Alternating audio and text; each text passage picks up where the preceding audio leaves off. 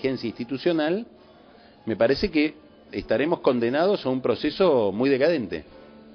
La última, si uno analiza en estos últimos 2 años qué fenómenos hicieron que hubiera algún freno a políticas del Estado que no, digamos, no fueran las positivas para el país, da la sensación que una fue Rosario con el campo y la población, ¿no? Múltiple de partido, de idea, de todo. La segunda fue después digamos, con todo el tema de la votación de la resolución 125, de nuevo en Palermo la gente. Después vinieron las elecciones y como dijiste vos, de las elecciones hubo un rum, duró un mes y el tiempo sin darnos cuenta, todos nos fuimos a casa y nos dimos cuenta que Kirchner marcaba la agenda y la oposición se desintegraba. Ahora que el campo vuelve de nuevo, ¿no puede haber cosas, digo tonterías, ¿no? Como que la luz te aumentó o el gas o este tipo de cosas que son esos desfasajes que sin querer se le pasa a esta política de Estado actual, que unan a la sociedad de nuevo con un liderazgo temporal como el del campo, y eso produzca algún freno a esto? Bueno, lo del campo yo lo veo como algo dramático, no lo veo como algo auspicioso lo que pasó, ¿eh? Lo veo como algo complicado, digamos, para que un sector tenga que salir a cortar las rutas, digamos, para que el gobierno le preste atención, quiere decir que estamos en una situación muy complicada. Normalmente esto se logra por diálogo entre el gobierno y la dirigencia de ese sector. Eso no digo que no existió, entonces tuvieron que salir otro tipo de mecanismos. Exactamente. Lo cual en alguna medida también interpela a la dirigencia gremial agropecuaria. Ahora, yo creo que lo que hubo ahí, es decir, lo que hubo en ese movimiento, es un nivel de organización de red provisto por el nivel de organización previo que traía el sector agropecuario por su propia actividad. No es lo que pasa con un cacerolazo de consumidores de gas, que no se conoce uno al otro. Digamos, el fenómeno del paro agropecuario del año pasado y del movimiento agropecuario del año pasado se explica en parte por las redes que ya constituía, y ahí CREA tiene mucho que ver. Pero hubo como fenómenos que impactaron en la sociedad. Yo me acuerdo del tema seguridad, el tema de que la gente no se aguantaba más, cierto, como mandoneo o ninguneo, ¿no? Como si fueran fenómenos que tenían que ver con la sociedad y que se aunaron de alguna manera con ese liderazgo temporal. Siempre pasa eso, digamos, pasa que cuando aparece un sector emergente, otros malestares que están dando vueltas por la sociedad se abroquelan y se canalizan a través de esa expresión, que en este caso fue el campo. Pero, insisto en esto, el campo tuvo un nivel de organización muy llamativo que no lo tienen otras manifestaciones de malestar. Digamos, me acuerdo de las manifestaciones de Bloomberg, cuando termina la manifestación cada uno se va a la casa y no sabe cómo conectar con el que está al lado. Acá sabés cómo conectar con el que está al lado. Y los piquetes se organizaban con los mensajes de texto de gente que tenía el teléfono del otro. Y había redes que le dieron como una especie de andamiaje a todo eso y perdurabilidad en el tiempo. Y además encontraron algo hecho a la medida de los medios, que fueron narradores de eso, que es la mesa de enlace por un lado, que encontró una forma de narrar, y de Angeli por otro. No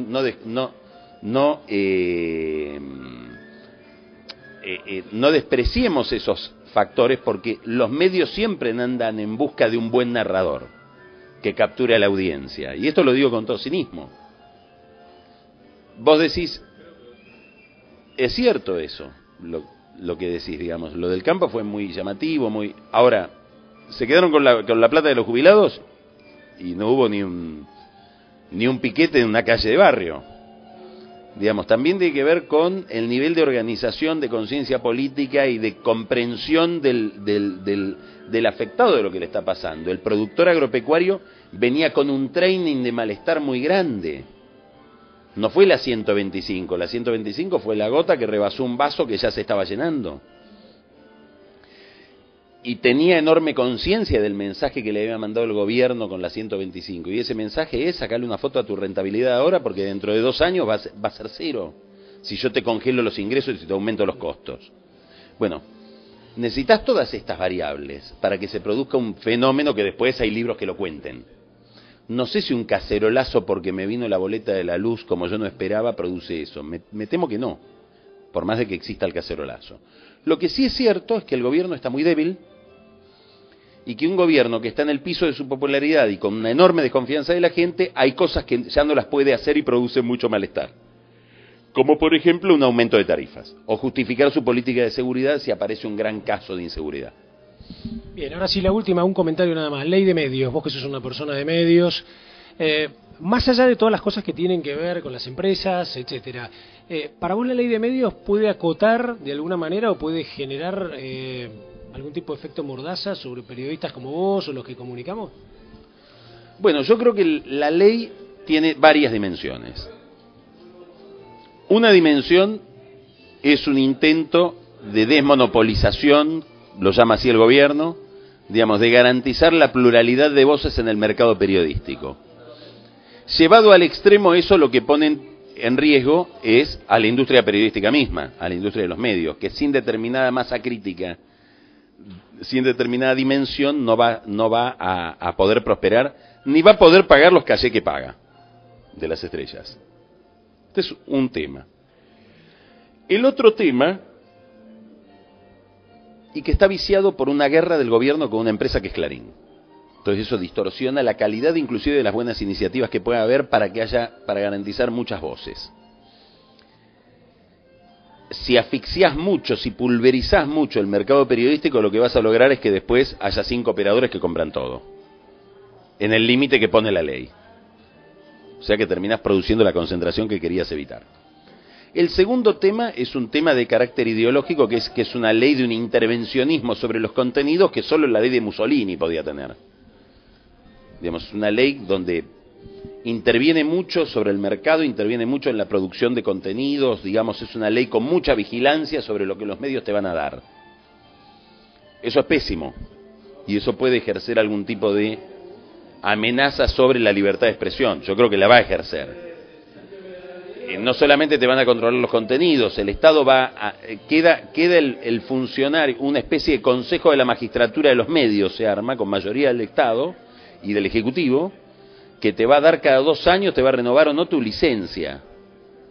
Nadie va a invertir en esa industria y además quedás a merced del poder de turno. Eso atenta sin duda contra la libertad de expresión. Y después tiene una tercera dimensión, que es la intervención de las telefónicas en el mercado de los medios. Habilita la posibilidad de que las empresas de telefonía fija se conviertan en medios de comunicación y transmiten contenidos. Eso es riesgosísimo y ha sido estudiado en muchos lugares del mundo, en Estados Unidos sobre todo, con prohibiciones para que esto se produzca, porque el desequilibrio de caja que produce conduce a concentraciones. ¿Qué es lo más grave? Que existen fundadísimas sospechas de que gente muy cercana a Kirchner, pero muy cercana a Kirchner, que casi parece Kirchner, están por comprar una telefónica muy importante que es Telecom. Entonces, esto es lo que vicia finalmente, es de credibilidad toda la operación, ¿no? No solo es la guerra contra un grupo de medios, sino que parecería la guerra contra un grupo de medios a favor de un grupo de medios propio. Bueno, ahí es donde uno también plantea un gran signo de interrogación sobre este proyecto de ley. Carlos Pali, periodista, columnista de La Nación, y bueno, un análisis que pasó por el campo, por la política, por la sociedad, e incluso este bonus track que es la ley de medios, y bueno, también esto que puede generar de alguna manera que no nos podamos comunicar también con la sociedad. Ojalá no ocurra. Gracias, Carlos. Gracias a vos. Gracias.